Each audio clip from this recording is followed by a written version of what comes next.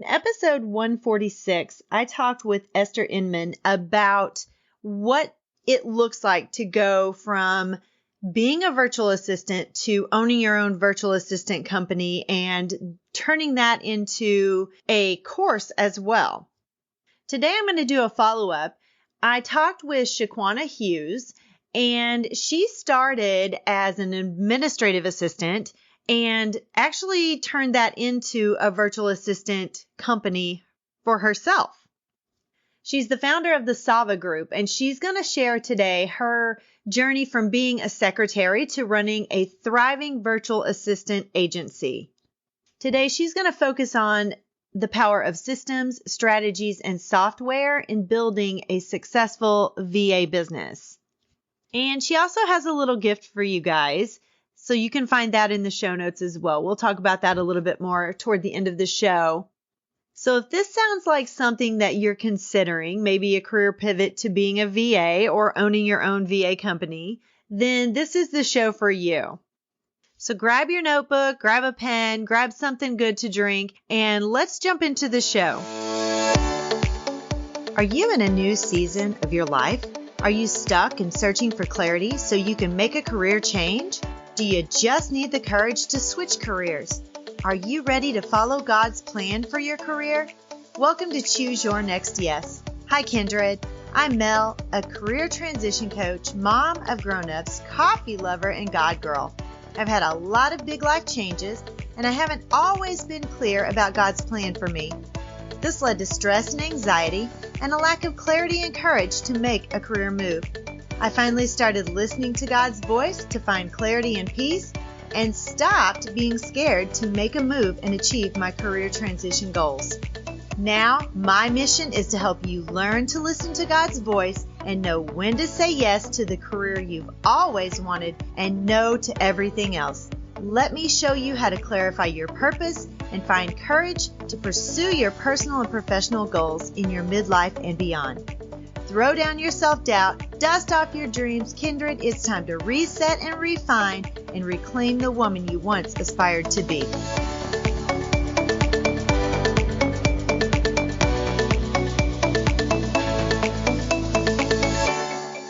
Welcome back to Choose Your Next Yes, everyone. I'm your host, Dr. Mel Vandevort. And today I have a special guest with me all the way from Austin, Texas.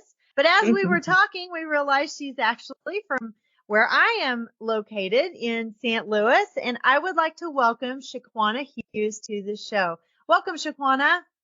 I'm so happy to be here, Dr. Mel. How are you today? I'm doing great. And I just noticed the picture of the arch behind you. Is that your family? Is that you and your family? Yes. Right before we moved to Austin, we had these pictures taken because I wanted to have a little piece of home here. Absolutely. I'm growing to love St. Louis more and more every day. I'm a transplant. I've only been here for about 3.5 years or so, and I love the variety and the opportunities here and all of the things that living in rural Missouri doesn't offer. You can drive here, but it's a little bit of a drive. So this is just like right in my back door. So it's very nice. But anyway, I'm super excited to have you here today. So I'm kind of doing this as a follow-up to a previous episode. So this past week, I published an episode about being a virtual assistant, and you have some follow-up that I think will be great to help our audience really understand a little bit more about what being a virtual assistant looks like and how they can further what they're doing with that, or if they want to step into that. So tell us a little bit about yourself, and then we'll start talking about the content for today. Awesome. So as Dr. Mel mentioned, I am from St. Louis, Missouri, born and raised, grew up in the Sioux Lord area. And my mother was a secretary, which is what administrative assistants were called back in the day. And I would see my mom get up and go to work every day. She would get really cute and fancy. And I got a chance to visit her at work a few times, and she worked for Anheuser-Busch actually. So she worked for this in this big building with all of these big windows, and my eyes would get wide every time I would see it, and I didn't realize it at the time, but seeing her do that ingrained something in me to want to do that. And so that, I think, was the start of my virtual assistance journey. But outside of that, I am a mother of five. I have five beautiful children, four daughters and a son. One of them just graduated from high school a few weeks ago. And I'm married to Eric. I've been married for 23 years this year. I've moved to Austin for a change of scenery. People always ask that, like, how did you get to Austin? Or, what are you doing there? I really just wanted to change the scenery. I love St. Louis. I always did. And so that's me in a nutshell. I love to read. I have a book club with over 4,200 members that I started a couple of years ago. It's a lot of fun. I love to skate and that kind of thing. So that's hobbies are big for me. And so I try to do things that I love as much as possible and spend time with my family as much as possible. That is wonderful. That is definitely a full plate. And I did not realize that you're girl heavy and I'm boy heavy in my house. I have a granddaughter finally, but I had three sons and then my grandson and then finally got a girl so we could do the girl thing and buy the girly clothes and that kind of stuff. But it's amazing. My children are adults now. So, it's nice to have that, adult child relationship now, or adult relationship, I guess is what I should say. So, and Soulard is such a cool area in St. Louis. They have this huge market down at Soulard and I love going there. I've only been a few times, but it's an experience in itself going to the Soulard market. So that's awesome. Yeah. I got a chance it was in walking distance, kind of, for me. So let's go ahead and get into the content for today. I'm just going to let you start and you just start wherever you want and tell us about being a virtual assistant.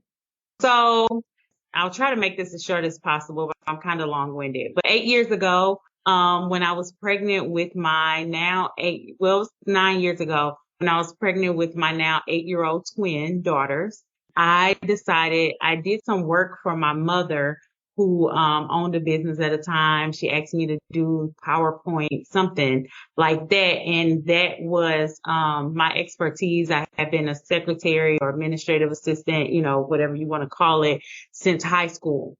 Actually went to a trade school to learn how to be a secretary. And so she asked me to do some work for her. And I got the idea. I was like, I could do this for other people. And I was at home doing it. I was like, this would be amazing. At the time, I owned a mobile spa. So what I thought in my head was I'm going to be a mobile assistant. But when I started to do my research and got into what a mobile assistant actually consisted of, I learned that it was a virtual assistant. And that is where my business began. So I started as a virtual assistant. Back when I first started, virtual assisting, remote work, all of that good stuff was not a big thing like it is now. And so when I would tell people what it was, I had a large network of people because I love to network. I owned a business, several of them before. And so I knew people who were in business. And when I started to reach out to these people and say, hey, this is what I'm doing, everybody said yes, because again, it wasn't as widely known. And for me to say, I can help you with your administrative tasks so that you can focus on your business, that was like godsend to them, because they hadn't really heard of it before. Mm-hmm. And so I got a lot of clients. My business grew rapidly. I had an agency within the first year of being in business, meaning that I had other people working with me. They either had a different expertise or they was working as virtual assistants as well. And what I found, what I was telling Dr. Mel before was that, what I found was that we really weren't helping people because a lot of the people that I had networked with, a lot of business owners that I was dealing with at the time were first-time business owners. Mm-hmm. They had never owned businesses before. They didn't know what it meant to have an assistant or to delegate to someone. Mm-hmm. And so we're just all running around with our heads cut off. They're giving us stuff to do that really wasn't helping them or anything like that. And so I wasn't in the business of taking money from people and not really helping them. And so I decided to try to figure out a way to actually help my clients. And that brought me into the systems and software and strategy world of business. And so just helping them really get those processes together, really implement that software that they needed to help their businesses grow and run seamlessly. And so that's where I am today. Wow, that's an amazing story. And, we always talk about getting in on the ground floor of something, and you truly did get in on the ground floor of that. And then you were able to grow your own company from just something that you really liked to do. And you saw a gap area and you filled that need for other people. And so that's an amazing story. Yes. So that is where I am. That's what my business specializes in today, helping our clients with their strategy. So when you're working with someone, knowing what to delegate to them or what it is that's really going to help you get to what it is that you're trying to get to. And for me, when I start working with someone, it's like, what are your goals? What are you doing? What are we doing? How can I help you reach those goals?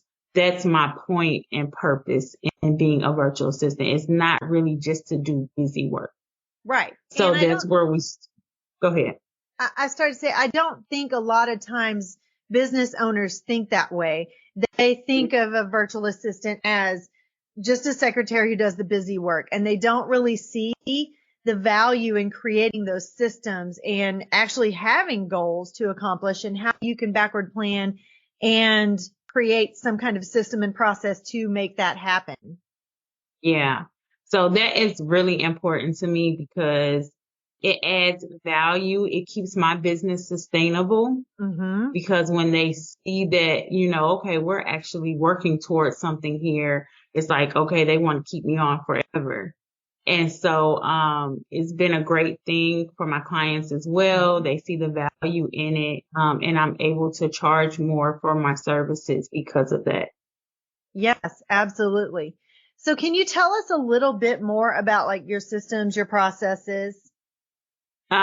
So that's what we work with: strategy, system, software. And so with the strategy aspect of it, it's not necessarily, I'm not trying to come in and run their business and turn into their strategist. It's really focused on their goals and how to match your goals with the support that you need. So if this client is trying to add, for instance, $5 million to their pipeline, that's their goal. Instead of having me check emails all day, let's try and get you to do some research on some clients that, potential clients that we can be in. Another thing that I do is I work with clients with RFP. So that's government contracting.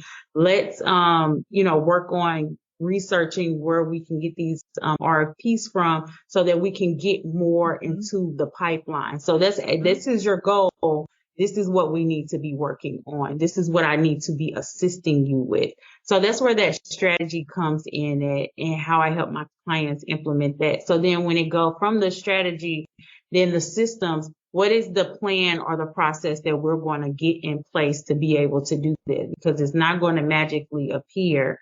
So what are some steps that we need to take, A, B, C, D, E, F, G, to Z, to actually make this happen? And then the last piece of that is software. What are some, with technology and AI and all of that kind of thing, what are some softwares that we can put in place to make this easier for me, more efficient, get things done faster, and also allow you to be able to keep track of what's happening throughout the process, who's just entered into the system, where are they in the process in this, what kind of follow-up do we need to have, what kind of emails do we need to put in place, that kind of thing. So that is pretty much how I run my business and how it has worked for me thus far.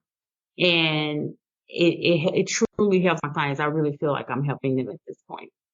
Yeah, absolutely. And do you do any instructional design for your clients as well? Like course creation or anything like that?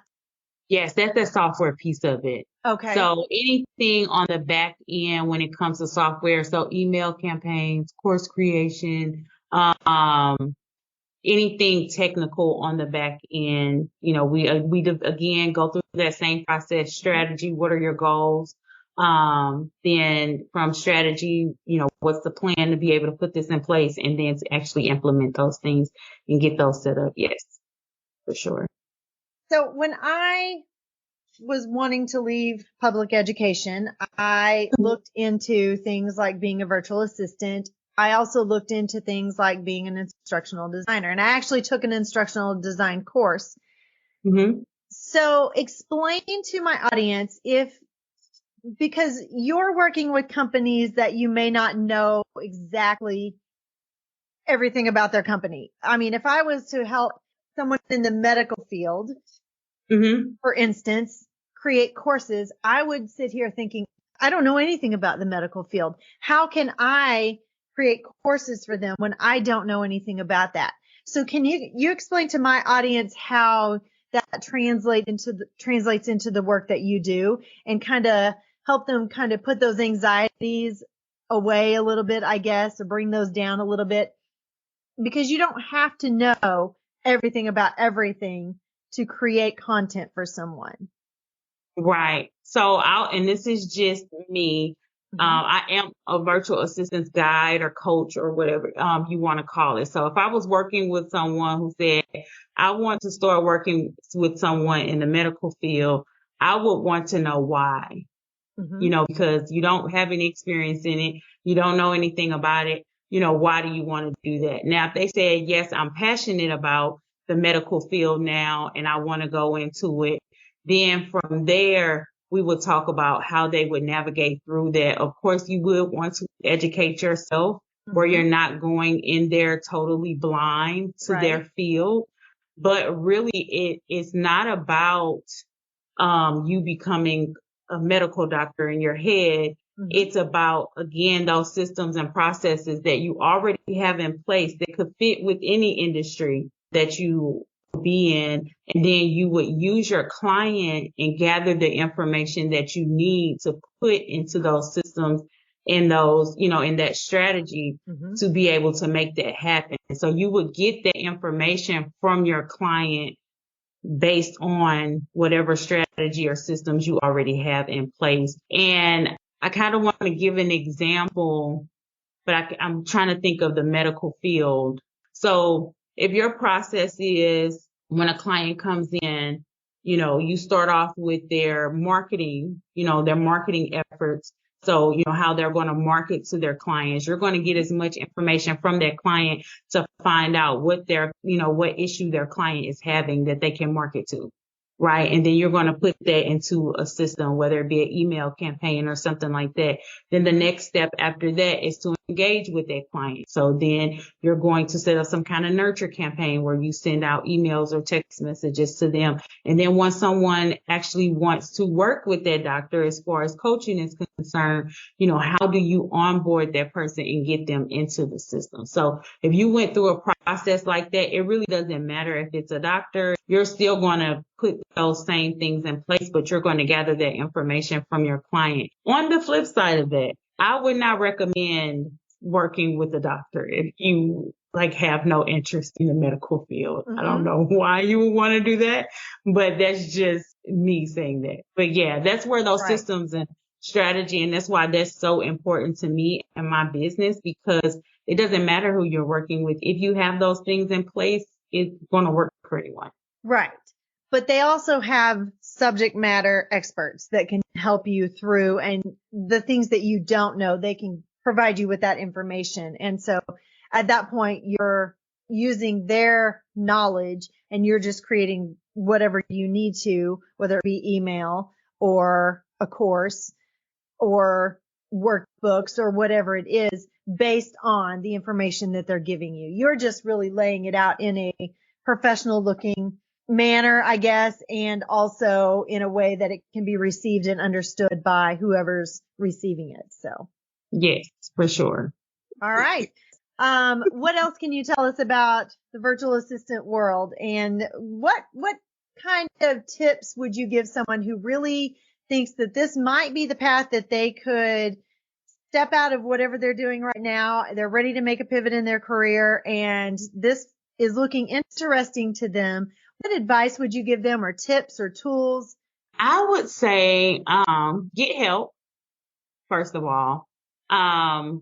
Like I said, when I first started, I had to learn everything via Google. And I do recommend that you start there because you want to know if this is even something that you want to do.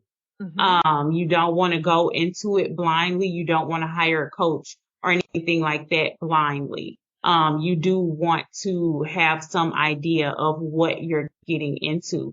But after you do that, my first recommendation is to get help. Find someone that you gel with, do your due diligence, make sure they're on the up and up and do what they say they're going to do.